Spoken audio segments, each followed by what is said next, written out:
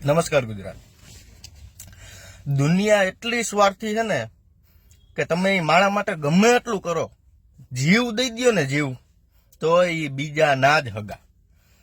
અલ્પેશ કથિરિયા અને ધાર્મિક માલવિયાએ ભારતીય જનતા પાર્ટીમાં જોડાવા માટેનું આહવાન કર્યું. ત્યારે અમુક લોકો ઓલું ને આ ને વિરોધ ને અમે આમ ને તમે વેચાઈ ગયા ને સમાજના 14 છોકરાની લાશુ માથે પગ મૂકીને વયા ગયા, આવા પટેલ સમાજના ને બીજા અન્ય સમાજના લોકો અભરકા મારીને એમાં કોમેન્ટ કરે છે.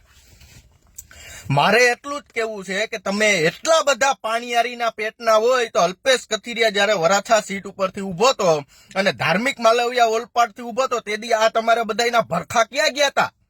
તમારા હાટુથી 9 મહિના એને જેલ કાપવાની, તમારા હાટુથી એને લાટપોર કાપવાની, તમારા હાટુથી એને કામ ધંધો મૂક દેવાનો, અને તમારા હાટુથી એ બધા જે તમારા સામાન્ય લોકોના નાના કામ કરવા એ બે યુવાનો આવતા, એ બધું ભૂલી ગયા. અલ્પેશ કથિરિયા અને ધાર્મિક માલવિયાએ ભાજપમાં અત્યારે નહીં, પહેલા જ વહી જવાની જરૂર હતી. કારણ કે આ પાટીદાર સમાજ કોઈનો હગો નથી. મહેશ સવાણીએ જેમ વાત કરી હતી કે પટેલ સમાજ કોઈ દી કોઈને કામ આવવાનો નથી, તો બરોબર જ છે ને, આ નિર્ણય બરોબર જ છે.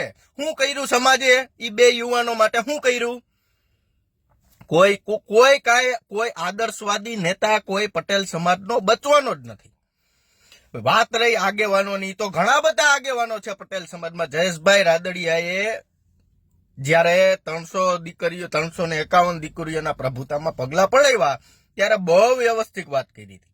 આ તમને કોઈને હજી સમજાતી નથી. ભાજપ કોંગ્રેસ એક બાજુ મૂકી દો સાહેબ અત્યારે 2 મિનિટ માટે. ભાજપે માઈ ગયું ને કોંગ્રેસે માઈ ગયું, આમ આદમી ગયું માય. તમે તમારો સમાજ બચાવો, તમે તમારા સમાજના લોકો બચાવો. નરેશ પટેલ હાવ સાયલેન્ટ. આ ગુજરાતની અંદર જે અબરખા થયા, આ ગુજરાતની 2024ની લોકસભાની ચૂંટણીની અંદર જે અબરખા થયા, ત્યારે સમાજ કેમ કઈ ન બોલ્યો? સમાજના લડાયક યુવાનો બોલે, સમાજના કોઈ આગેવાનો બોલે. અલ્પેશ કથિરિયાને અને ધાર્મિક માલવિયાને એક પણ પ્રકારની ખરાબ કોમેન્ટ કે વિરોધ કરવાનો તમને કોઈને અધિકાર નથી. હું કામ? આનો મેન મુદ્દેગાર તો હાર્દિક પટેલ હતો. તો હાર્દિક પટેલને તમે જંગી લીડથી જીતાડીને બેહાર દીધો એમએલએ, અને આ બે યુવાનોને શું સમજવાનું? ભારતીય જનતા પાર્ટીમાં જે પાટીદાર સમાજના આંદોલનકારી યુવાનો જોડાય ને એટલે સમાજ વિરોધ કરે કે આમ છે ને ઓલું છે ને આ છે ને આ છે ને ઓલું છે. અરે ભાઈ, એને એની કારકિર્દી બનાવવા દો. એને ઈ કઈક કારકિર્દી બનાવશે, ઈ કઈક આગળ જાય, તમારે જ કામ કરવાના, ગામના નથી કરવાના. સત્તા પક્ષ આયરે રહીને સિસ્ટમમાં ઘૂસીને કેમ કામ કરવું, ઈ આખો પ્લાનિંગ થી અલ્પેશ કથિરિયા ધાર્મિક માલવિયા જોડાઈશ. મફતમાં કઈ ત્યાં ખેસ પહેરીને 400 સીટ લઈ આવવાના જ જોડાતા. આ આપણા પટેલ સમાજે સમજવાની જરૂર છે. તાજેતરમાં જયેશભાઈ રાદડિયાને ઇફકોમાં ફોર્મ ભર્યું. ઇફકોનું મેન્ડેટ દર વખતે જયેશભાઈ રાદડિયાને જ આવતું. અત્યારે જયેશભાઈ રાદડિયાને એનકેન પ્રકારે તમામ રાજકીયમાંથી સાઇડલાઇન કરવામાં આવે છે. એક પટેલ સમાજનો યુવાન નથી બોલતો, એક પટેલ સમાજનો આગેવાન નથી બોલતો. કેમ? જયેશ રાદડિયાએ તમારા કામ નથી કર્યા? રાતે 12 વાગે દારૂ પકડાવો એટલે જયેશ રાદડિયાને ફોન કરો છો. રાતે તમારી છોકરીઓ ભાગી જાય એટલે જયેશ રાદડિયાને ફોન કરો છો. તમારી જમીનમાં કોઈ કબજો કરી જાય તેથી જયેશ રાદડિયાને ફોન કરો છો. આ બધું ભૂલી ન જતા. 5 વર્ષ પછી પટેલ સમાજનો એક નેતા નથી દેખાવાનો, એક નેતા. હું કામ? તમે જ બધાય ખતમ કર્યા, કોઈને કઈ બોલવા જ નથી દેવું. વિરોધ વિરોધ વિરોધ વિરોધ. બીજી કોઈ સિસ્ટમ જ નથી તમારામાં, બીજી કોઈ સિસ્ટમ નથી. અરે ભાઈ, આગળ જઈ જવા દો ને, તમને શું વાંધો છે? તમે તમારું કામ એની પાસે લઈને જાઓ, અને નો કરે તો તમે વિરોધ કરો. ગુલામ થઈ ગયા, પટે બંધાઈ ગયા, ઓલું થઈ ગયું. તમારા પટેલ સમાજના કેટલા આગેવાનો એમાં એની માના ખોરામાં જઈને બેઠા છે, એને કયો નહીં? અલ્પેશ કથિરિયાને ધાર્મિકને એક શબ્દ નથી બોલ્યો. કોઈ દી સ્ટેટમેન્ટ આવ્યું? કોઈ દી વિવાદિત સ્ટેટમેન્ટ આવ્યું? એનું જોયું તમે બેયનું? અને તમે ભલામણા એનો વિરોધ કરવા નીકળી પડ્યા છો.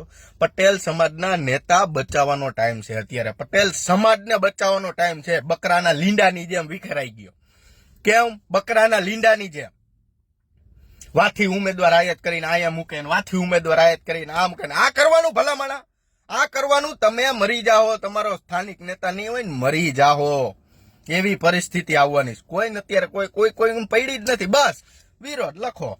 લખો, કાંઈ ફેર ન પડે, કાંઈ તમારા લખવા કોમેન્ટ કરવાથી કાંઈ એને ફેર પડતો નથી. હું તમારા હારા હાટું કહું છું કે આપણે આપણી રાજનીતિ આપણે કરાય, ગામની રાજનીતિમાં પગ નાખવા ન જવાય. અમને મનસુખ માંડવિયા નથી ગમતો, અમે વિરોધ કરીશી.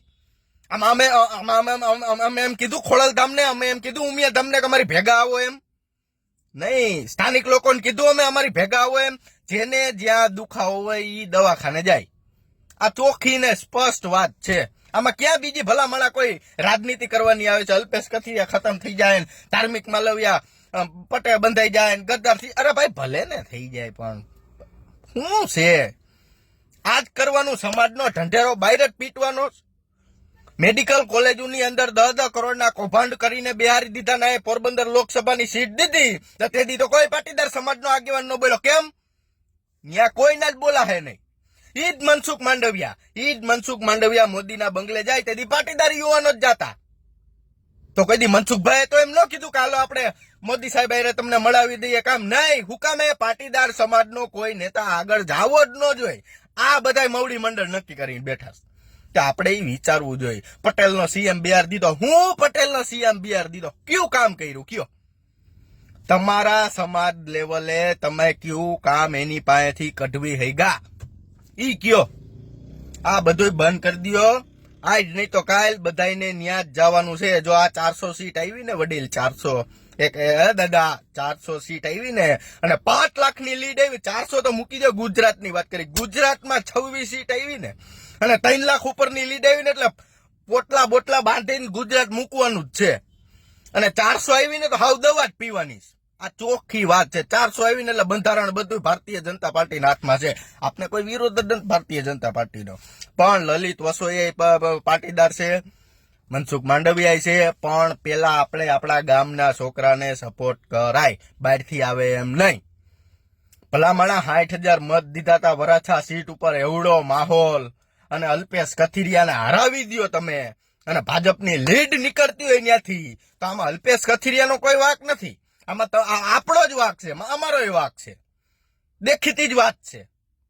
એટલે હું તો એક બહુ જાહેર અપીલ કરું છું. હું એ પાટીદાર સમાજના વિરોધમાંથી નીકળી ગયો છું. મેં ઘણું ભોગવ્યું કારણ વગરનું. પૈસા લઈ લીધા, હું લઈ લીધું, પણ પૈસા ક્યાં હોય? કોને લઈ લીધા? કોર્ટમાં કેસ કરો ને. હાર્દિક પટેલ પાસે એટલી મિલકત ક્યાંથી આવી? હાર્દિક પટેલ એનો પગાર નથી લેતો તો એ અત્યારે આ ડીઝલ બારે ને કાવડિયા ક્યાંથી આવે? એ તમે કોઈ કોર્ટમાં કરો નહીં, આમાં કાંઈ થાય નહીં. જય સરદાર. હું તો એટલું જ કઉ છું, પટેલ સમાજનો નેતા બચાવો, પટેલ સમાજના યુવાનો બચાવો. આવનારા અત્યારે ગઈઢા બુઢિયા પટેલ સમાજને કેન્દ્રમાં, રાજ્યમાં, સંસદમાં, ધારાસભામાં બેઠા છે ને, ક્યાંય હાલવાનું નથી. તમારે યુવાનોને જ આગળ કરવાના જો હે તો જ તમારું આગળ હાલવાનું છે, બાકી હાલવાનું નથી. અને કોઈની એવી તેવડ હોય ને, કોઈને મુઈસે લીંબુ લટકતા હોય ને કે જયેશ રાદડિયાને સાઈડલાઈન કરી દે, ના કરી દે, તો તમારો બાપ અજમાવા માંડજો. આ છેલ્લી ચૂંટણી છે. મનસુખ માંડવિયા હારવાની વાત તો પછી, બાકી તમે જે અબરખા જોઈને બેઠા છો ને એ કાંઈ પાસ થવાનું નથી. માટે હજી એકવાર કહું છું, આઈ સપોર્ટ અલ્પેશ કથિરિયા ધાર્મિક માલવિયા. જય સરદાર.